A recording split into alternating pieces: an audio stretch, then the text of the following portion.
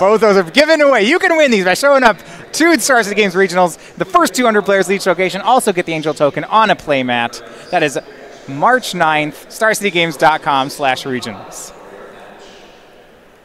That token is so cool. That's so good. That's such a good token. Oh my gosh. Oh my gosh. I'm reeling over here. The hair on my arms is standing up. That is so cool. So for going back to our match, Kevin Jones and John Rosum, you're talking with last round about this matchup. So John Rosum was saying what he likes to do in this matchup is to go slow post board. Sure. You basically want to make it to where it's harder for the Grixis Shadow deck to take away a piece of what you're trying to do. So you shave some of your faster parts in order to load up and become redundant on your over-the-top plan, because that's where you need to end up either way. And this is something I really like out of the deck. What Rosum was saying, the general strategy is to cut all the Tribe Scouts and about half the amulets and really go slow. All the paths, all the engineered explosives. Just kind of hang out, make land drops. At some point, cast a Titan. Yeah, I'm big fan of that strategy. If you aren't comboing, Amulet doesn't do anything. Right? At the end of the day, Amulet is just mana, right? Exactly. Yeah. So you'll tend to see that, or even Aether Vial and some Aether Vial decks get boarded out against the grindy decks, because if the game goes forever, those cards have pretty diminishing returns over the course of a 10, 20 turn game. And it feels like those Path to Exiles are what lets him go slow. The fact that they do answer all the creatures in this matchup. Exactly, and if you go long enough, you're not even having to Path to Exile Gurmag Angler. Wait, here, you know what? Numbers. Numbers, guy. What's bigger, 5 or 6? I don't have enough fingers for this one. Oh yeah, you have to use both hands. I can kick a foot up here maybe and use a toe or something, but yikes. Oof. Oof. Which one's bigger? Well, what if it's 5 and 5 a second time? Then we got to trade. Well, that's but then you. Yeah. No, we're just doing addition. Look, I don't know. All right. So past that, you're really just kind of looking to make sure you get to actually get to the Primeval Titans and just cut the frills. Yeah. And by cutting cards like Tribe Scout, it actually hurts some of Kevin's interaction. The Fatal Pushes aren't live. Exactly. There's a point where from Kevin's side, you have to keep in a couple of those cards because you might just get got. If it turns out Rosum leaves in Tribe Scout and you just get kind of pantsed by it, you could just lose a game to that. Yeah, but you don't want him ramping out too fast. Exactly, and it's a kind of low cost to just keep a Dismember in here, a Fatal Push there, and so on. Rosum will be on the play here as he is down a game. And on Kevin's side, his sideboard doesn't really strategically let him change what he's doing. He has a bunch of cards that are just slightly different answers. An additional Liliana, a second Kolaghan's Command, small things like that, but he's still largely the same strategy. Right, and you'll end up seeing that a bunch whenever a deck is kind of built around an engine. This one is the Fill the Graveyard, Pay Life grind thing. It's kind of hard to come up with a new angle when you have all these Street Raids, all these Shock Lands, all these Thought Scours, etc., that make your deck able to do this Broken Legacy thing. So you're just kind of refining your plan rather than changing it. And both players keeping here. Start off for game 2. Rosum looks like with a 1-mana play. It's going to be Ancient Stirrings. I kind of think that's about the only 1-mana card we expect to see much of. Yeah, outside of maybe a stray Amulet that didn't find its way in the sideboard, then this is really the only thing you're going to see on turn 1. Yeah, I think the plan right now is to keep... Normally, you historically would have boarded out all the amulets, but now you keep 2 in because Trinket Mage is in the deck. Yep, that makes a lot of sense. 1 to 2 is just kind of free when you have so many ways to find them. And find one of them is exactly what he does, is that's what he takes off Ancient Stirrings. Kind of communicates that he likely has a bunch of lands, or at least all of the lands that he needs.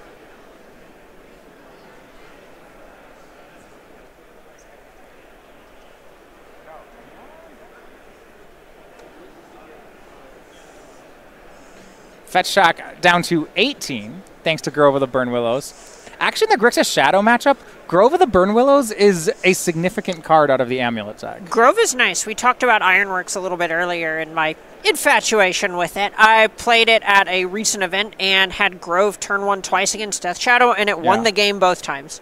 You just activate it for a color every turn. For a while when I was playing Amulet, I had 3 Groves in the deck. Now, Rosum just has 1. But I can tell you a start of Grove, Stirrings, second Grove is just really hard for Shadow to beat. Oh, yeah, they're just running through mud. Yeah. Yeah, all the Death Shadows are just dead for the rest of the game. Yeah, exactly. You know, I bet you can pay life, but how much life can you pay, really? Inquisition of Kozilek from Kevin shows a hand. Amulet of Vigor, Azusa Lost But Seeking, Summoner's Pact Primeval Titan, Horizon Canopy, and Selesnya Sanctuary.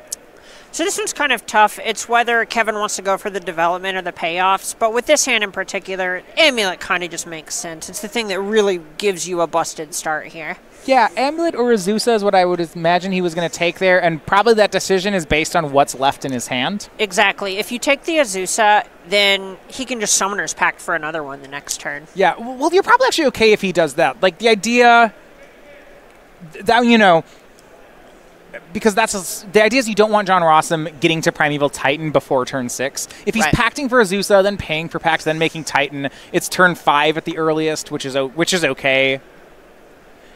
If Kevin, you know, he'd like to just have some pressure and not get raced too quickly. Right.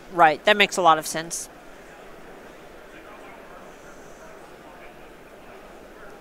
You know, Rosum with nothing really on his turn other than just playing the Sanctuary, picking up that first land. We get to Grove out this Azusa next turn. I like Rosum making sure to give a life point to Kevin before picking up Grove. Big game. Those little things over time add up a lot. We've basically undone a shock land at this point. Yeah. You know, 1 point of life doesn't seem big, but over time, it's colossal. Here's that Grove. Azusa looking to be made here. Now, if Blaze has lands that don't have triggered enter the battlefield triggers, John Rosum can hold on to priority here. That's generally kind of what you want to be doing whenever you play the Azusa, is you want to play your bounce land last. That way they don't get a chance to kill Azusa before you get your full value off of her. So Horizon Canopy, and then, as you mentioned, Simic Growth Chamber as the second land ramps John Rosum up to 5. Yep. Next turn, he will have Primeval Titan. I believe Cavern of Souls in hand as well. So for Kevin to stop this, he's going to need something like Thoughtseize plus Stubborn Denial for that Pact. It's a lot to ask. Yeah, this is going to be really tough, because even then, you could see Rosum just pay 1 to resolve Pact. It's a time walk effectively, but it doesn't do anything other than buy you time. It doesn't actually answer the card.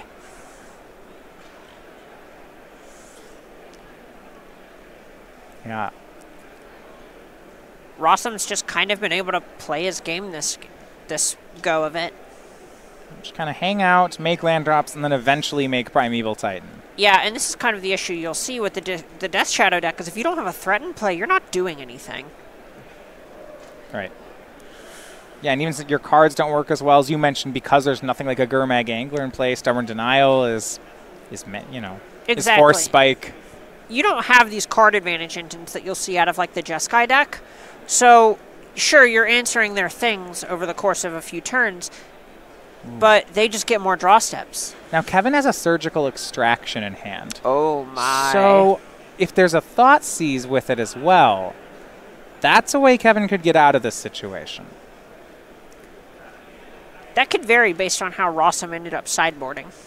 Yeah, he may have another thing to pact for, a Sigarda, a Rurikthar, a Hornet Queen. Yeah, those have all got to be huge here. What are the odds that Rurikthar is too helpful? Yeah. Death Shadow's always bigger, right? You probably look at the other two in the matchup. Sigarda, I mean, Hornet Queen is typically something that you can see boarded in here. Sigarda's new to the white build, but I suspect it's good here. Kind of the nice thing about Hornet Queen is when your opponent has a 12-12 and a Timur Battle Rage, you can put all the Bs in front of it, and you'll only take 18. So we see Snapcaster, Thoughtseize, Surgical Extraction from Kevin. Yeah, this is...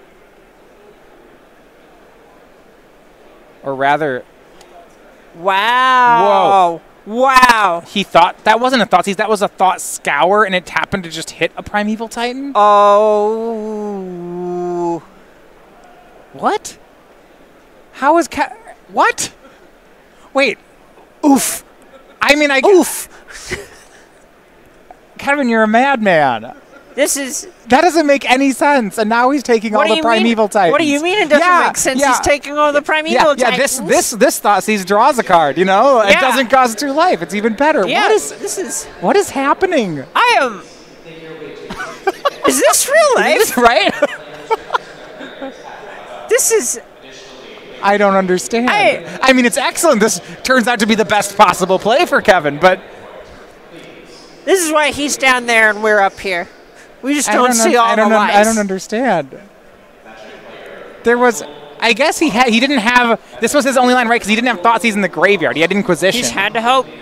So is this his only out? Was just hope to Thought Scour into the Titan? And then it just hit? Oh, yeah.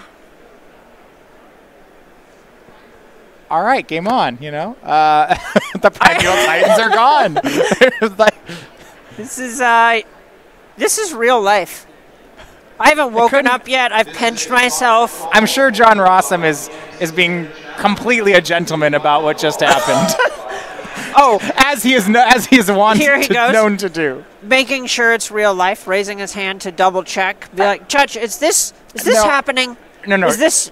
If you know John Rosum, basically he's turning to his teammates. He's saying, I would just like you to all know what's happening in my game. And then he would just announce. Guys, I want to apologize preemptively because I don't know what's gone wrong, but obviously karma is upset. 2 lands, Summoner's Pact. He went up to 7. I think we're going to see Hornet Queen. Oh, yeah. That's the hard part, is that Summoner's Pact still plays here, and it is Hornet Queen. Squad. Not a card that's particularly easy for Grixis Shadow to deal with. A whole bunch of bees. Here's what's gonna happen. Kevin's just gonna be a master, and he's gonna play his sideboard Staticaster next turn. He's just gonna have it. Some updates here. Kellen Pastore, a 2-0 winner in the center table, but Dylan Donegan takes game 1 over on the top. I'd say that's a buzzing Drake. That's a...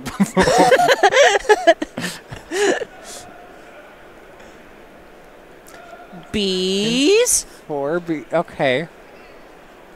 Kevin's going to just pull another trick out of the hat here. We'll, This is wild. Rosum out here trying to make a bee lever out of Kevin.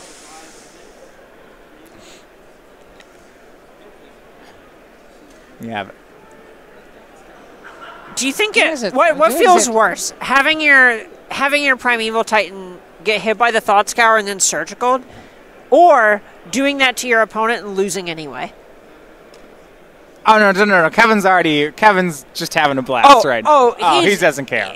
There's definitely a moral victory in this. Absolutely. Right. Kevin's just into what's going on right now. Oh, yeah. Kevin is just like, you will talk about me for the rest of your life. Look, man, I got you. I got you good. Maybe I lost the game, but...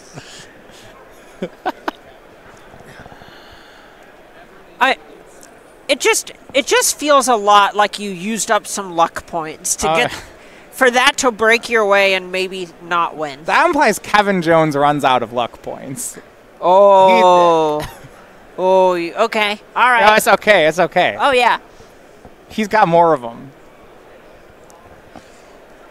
Snake Caster Mage getting in. Okay. The Ambush Viper.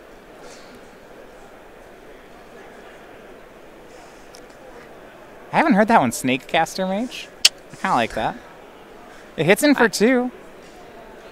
I mean, it has Death Touch against this board. It is a true Ambush Viper. A Cavern of Souls on Insect. Okay. Cast Hornet Queen. Oh, I didn't see Rosum put like a die or anything on top of his deck, and I thought, not like this. Not like this. Yeah. Oh, no. No, Pacer Pact. Is that a Path to Exile? Draws Path to Exile. Takes care of the Death's Shadow. Oof. That one's gone. Now 6 power in the air, looking solid. Maybe even 7 if you add in that Azusa. Do you not add in the Azusa? No, you swing it in. Oh, you gotta. In. Maybe... One thing, I guess he hadn't drawn the path yet. I was going to say, I don't love giving Jones life if you're planning to attack. For the attacking part of the game, maybe we should exit the giving our opponent life part of the game. That was right, because the draw for turn was passed. Exactly. It makes sense. It makes sense. It just took a second to go, well, maybe we should have... Look, it's a taunt. You give them life points, and then you attack them. Honestly... Because you're just having too much fun. There's a reason Jonathan's middle name is Gentleman. It's not related to magic, but there's a reason. A Braid takes care of the Hornet Queen. So Kevin drops to 5 on that turn. Timely Stubborn Denial. Yeah, right. You know. At that point, Kevin's only out probably involved drawing a threat that turn, a Death Shadow specifically, and then a Timur Battle Rage off the top. Is it Staticaster out of the board? Ooh, that'd be a big one. That'd be a big one. I don't think it's there. This is turning into a blocking mage. Snakes are known to be blockers. Very defensive creatures. Oh yeah, this has gone from an ambush viper to like a rattlesnake caster mage.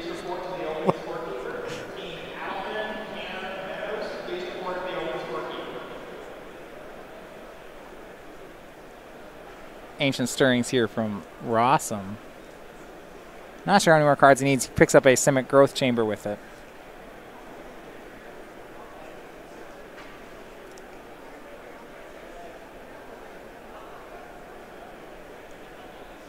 And it looks like we have a Trinket Mage to help out as well. Are we about to give him life again? Oh, I hope so. I hope not. I can't take this. just give him. We're attacking. Look, you give and take away, and you know. No, the Trinket Mage, remember though, can find Walking Ballista here if John Rosum ends up short on damage. Ooh. Yeah. You know what that does? It shoots Snapcaster for 1. And shows the Ballista, and Kevin Jones picks up cards. They are headed to a 3rd game. Whew. That path to exile was big. I mean, it didn't look great because of the Hornet Queen, naturally, but it really shaved Kevin Jones' outs there.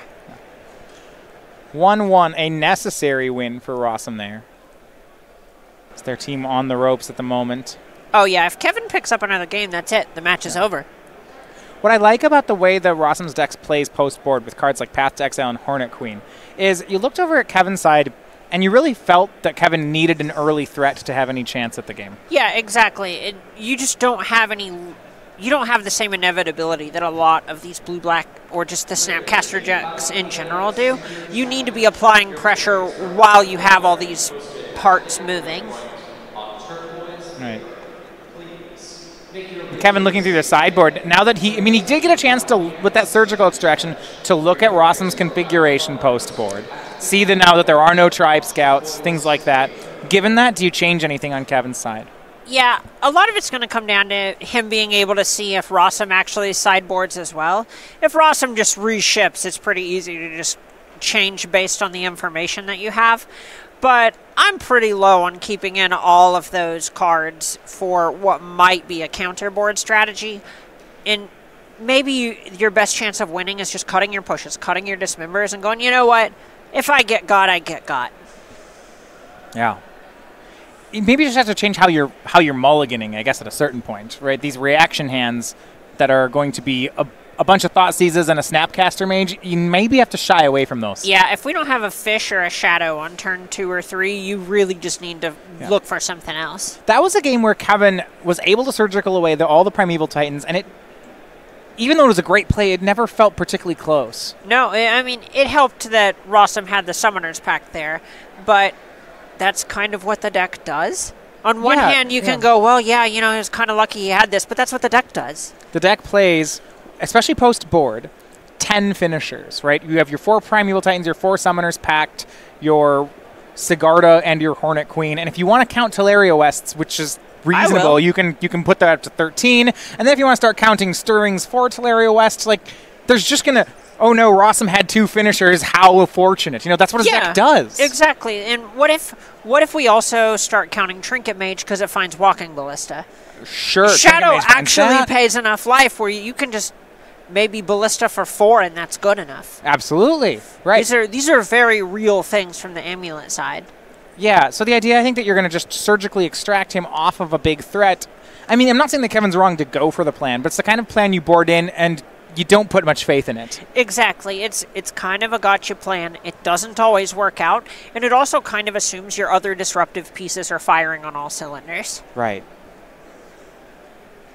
Now, Kevin will be on the play for game number 3. We mentioned last time we saw Grixis Shadow with Brad Carpenter, that was last round, that there are some draws which Shadow has that just beat everything. Yeah, you might just have Thoughtseize on 1, or Fetch Shock Thoughtseize, Fetch Shock Thoughtseize, Cycle Street Wraith, 5/5 Death Shadow, go. Right. Good and then you look at your hand of 2 Stubborn Denials and a Fatal Push, and you're like, yeah, that's pretty good. Yeah, you know what? Close game. Good luck, idiot. Yeah.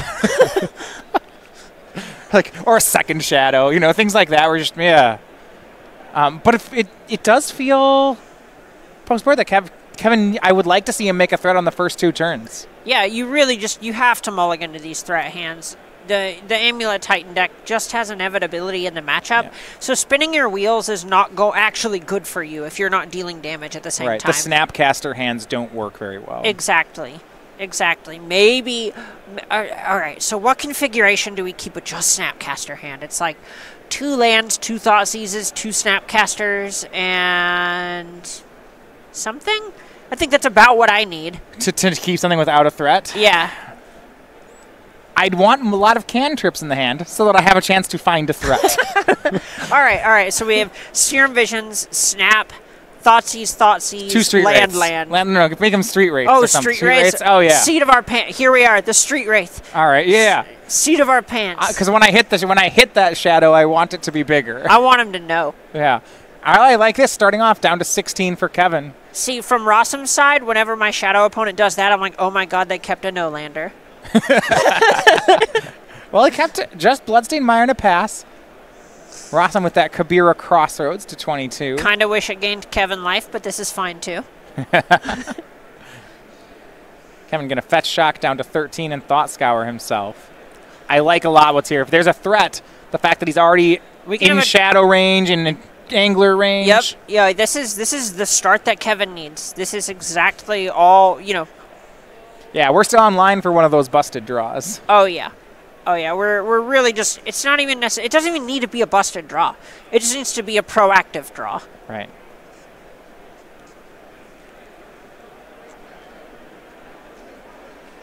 Now, Rosum, if he has a hand full of Path to Exiles, may be able to counter. Yeah, that's a pretty good thing to lead on a Kabira Crossroads for. Yeah. Oh, Shadow Hey, land. A threat! Yeah. You should have taken a page out of last game and thought scoured Rosum. Ooh, just drawing the Shadow. Drawing the Shadow. Kevin shocks down to 11. Picked up Thoughtseize for the turn, and he'll fire that off, go down to 9. Take a look at the hand. Cavern of Souls, 2 Gemstone Mines. Ancient Stirrings, Azusa. Okay, so this one doesn't actually have a payoff card. Yeah, and Path to Exile. It's just kind of a couple cantrips, a reactive spell. Yeah. This is the type of hand where it's just really a Titan short. Those Stirrings are just, should think of them as lands here for the most part. Yeah. They might be Engineered Explosives for 1 if that's what they need to be. Hey, they could be Amulet. 1 Amulet. You don't even want them to be amulets here. No, but they could be. They're they might very be forced talented. To be. They're very talented Ancient Stirrings. And Kevin takes the Azusa. Kevin not having a threat there, but he did know about the Path to Exile, so he's not exactly incentivized to jam. Right. Ancient Stirrings from Rosum. We'll look at top 5. He is going slow here, as mentioned. Yeah, I mean, he's not under any pressure. Right. He doesn't need to do anything. Eventually, a Titan's going to show up. And it's going to be bigger than a fish. I had a good friend run the numbers. Yeah. Giants are much larger than fish. What about zombie fish? Are they Doesn't much larger matter. or just Doesn't regular matter. larger? They're huge. Thanks. I lack the source material, the we go. experience. I'm glad I have you here for all of this. Takes Amulet of Vigor. Confirmed, Primeval Titan is large. It's a very talented Ancient Stirrings, Matthias. I know, I found one of the two amulets. I tried to tell you it was going to happen. Thought Scour from Kevin Jones. Finds him another Inquisition of Kozilek. Mill Inquisition, Draw Inquisition, the classic. Well, we'll see if it picks up Snapcaster Mage. We're kind of saying we wanted to avoid the Snapcaster hands. We'll see if that works out, though, for Kevin. It's what he's dealt with. Yeah, he really, really just needs to find something to do. Yeah, and it looks like Faithless Looting is going to be his play to try to do just that. That's to say, he really needs to find a creature.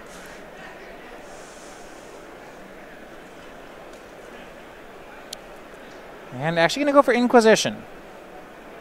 You see Amulet, Path to Exile, Ancient Stirrings. All known information at this point. It's likely the Path or the Stirrings that he's going to go for. I have Sostan corrected. He takes the Amulet. All right. I'm a bit surprised to see that be the play Yeah, here. I don't like, especially if we're struggling to find a threat, there's a point where you probably just want to take this path to make sure that once you actually find this threat you're looking for, that you can do it.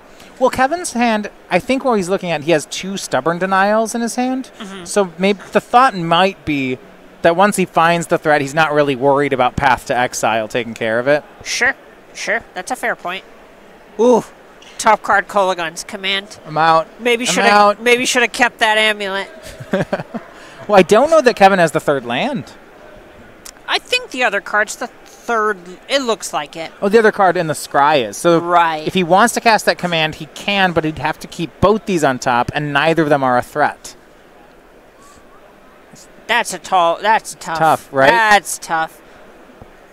Especially when it doesn't, that swamp is not going to help you cast both Stubborn Denials the same turn. He decides to keep them both, decides Kolgan's command is worth it. It's worth drawing basic swamp. It answers Azusa, and it feels like Azusa and Amulet are the cards that Kevin has respected the most here. So being able to answer those, it lines up with the game plan that he's been executing. Top 5 for Rosum off Ancient Stirrings. Has the choice between a Bounce Land and Engineered Explosives.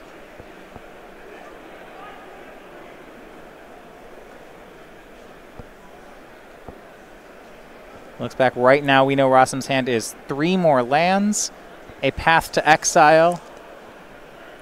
And whatever card he takes off whatever of this is, yeah. And then whatever he drew for turn.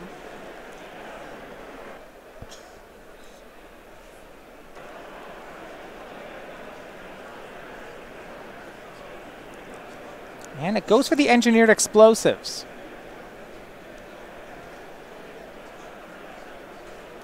And it looks like he's going to go ahead and set that 1 to 1 right now while Kevin's tapped down. Nice Stubborn Denials. Yeah. Plays Growth Chamber to reset that Gemstone Mine. So has the first Death Shadow pre-answered, though Rosum has opened himself up to that Kolgan's command that Kevin kept on top. Ooh. Yeah. This is going to be big. Yeah. All right, he'll Kolgan's command to blow up the Engineered Explosives and buy back the Death Shadow? The Kolagon's command is a threat. Right. Not that he gets to cast this turn, but it's a threat. It's a couple turns away, right? So he has to draw the Swamp. The next turn he has to draw Kolgan's command, and then the following turn he can cast Shadow. But no one's going fast here. That might even be okay. Yeah, exactly. Looking like Snapcaster. Maybe into a... I'm wondering if it's a discard spell or a draw spell. Probably a discard spell. He only has... Wait, he only has single blue. It has to be a discard spell. Oh, you're right. Inquisition of Kozilek. Misses. No, finds Path to Exile. Correction. Now Rosum on all lands. Draws Summoner's Pact. Wow. Okay. All Not right. bad. All right. Yeah, we take those. It's still, though, a ways away. I'm not sure that he's going to get the Summoner's Pact in time. He can Sigarda next turn, right? Ooh, Well, yeah, he does have a gemstone mine for that white mana. Right. If Sigarda's in the deck, he can go for Sigarda this turn. If he's waiting for Primeval Titan, though, it's not going to work, and he goes for Kabir Crossroads. Okay, so it's like you said, taking it slow and steady. Yeah, we see Kolaghan's Command blowing up Engineered Explosives, buying back Death's Shadow. And at 9, that means Stubborn Denial is online. Oh, it's nice. It's nice. This is the pay 11 life tempo deck doing what it does best. Paying 11 life.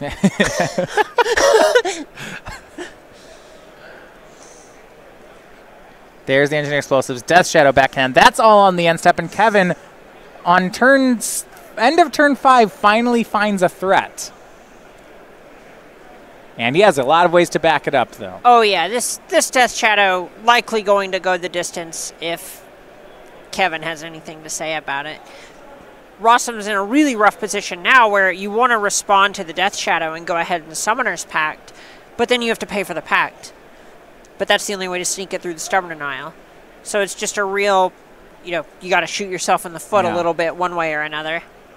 Faithless Looting from Kevin.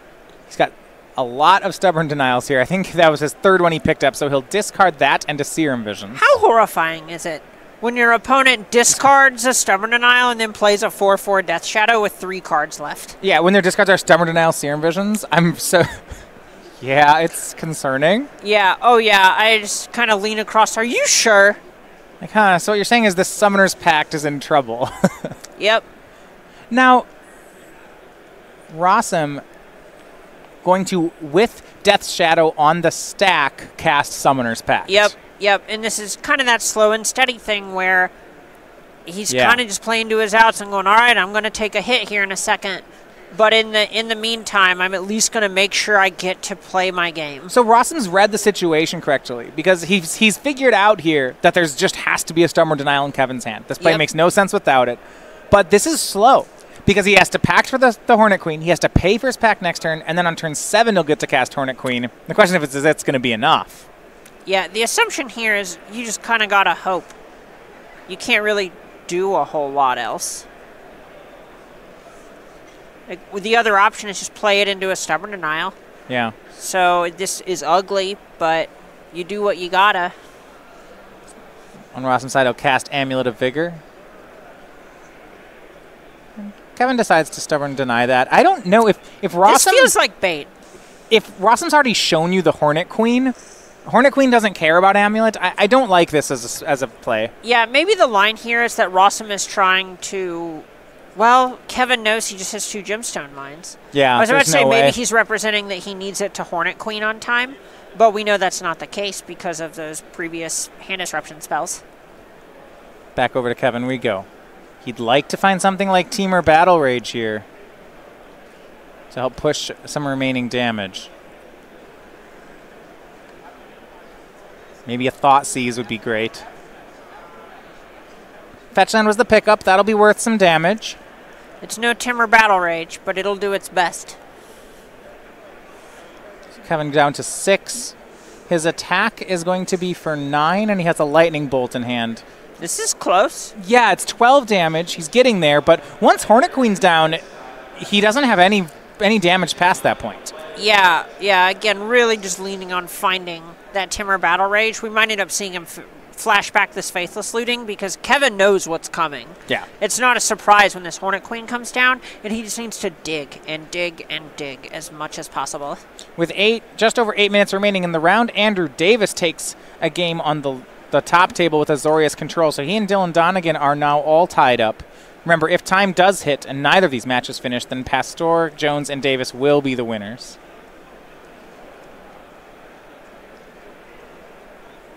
And looks like it's going to be Serum Visions. He'll go for that before that Faithless Looting. And the maximum number of cards he can look at. Yep. Probably bottoming this Stubborn Denial here. If we're discarding him, we probably don't want him anymore. The 4th one? Yeah, I don't think so. Snapcaster, Stubborn Denial, and Lightning Bolt are Kevin's cards in Kevin's hand. But there's no way around the Hornet Queen. Unless there's a Thoughtseize hiding in the yard. And there is. Looks like there was a Thoughtseize hiding. Wow. What an upset. Wow.